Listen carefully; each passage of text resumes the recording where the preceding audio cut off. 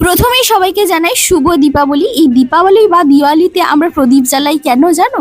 অনেকেই জানো, আবার অনেকেই জানো না। চলো আজকে তাহলে গেট রেডি ভিডিও করতে করতে তোমাদের সঙ্গে একটা গল্প শেয়ার করে ফেলি। মূলত মন্দের ওপর ভালোর জয় এবং অন্ধকারের ওপর আলোর প্রতীক হিসেবে পালন করা হয় এই দীপাবলি। এর মূল কারণ রামের প্রত্যাবর্তন। রাবণকে পরাজিত করার পর ভগবান রাম, সীতা এবং লক্ষ্মণ যখন 14 বছর পর অযোধ্যায় ফিরে আসেন, তখন প্রজারা প্রদীপ জ্বালিয়ে তাদের স্বাগত জানান। এই আনন্দ উৎসবকেই দীপাবলি নামে পরিচিত হয়।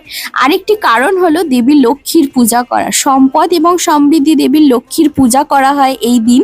ঘরে ঘরে প্রদীপ জ্বালিয়ে দেবী লক্ষ্মীকে স্বাগত জানানো হয়। আমাদের প্রত্যেকের জীবনে জানো তো, এমন কিছু মুহূর্ত, কিছু সময় চলে আসে যখন আমরা খারাপ পরিস্থিতির মধ্যে চলে যাই। জীবন পুরো অন্ধকারাচ্ছন্ন হয়ে যায়, বুঝতেই পারি না কি করব।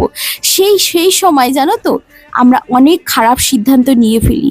প্রত্যেকটা রাতের পর যেরকম প্রত্যেক দিন দিন আসে, সেই রকমই আমাদের প্রত্যেকটা জীবনের অন্ধকারের খারাপ সময়গুলো কেটে যাবার পর কিন্তু একদিন ভালো সময় চলে আসবেই। তাই মনকে শক্ত করে রাখো এবং ভগবানের ওপর বিশ্বাস রাখো। হ্যাপি দিওয়ালি।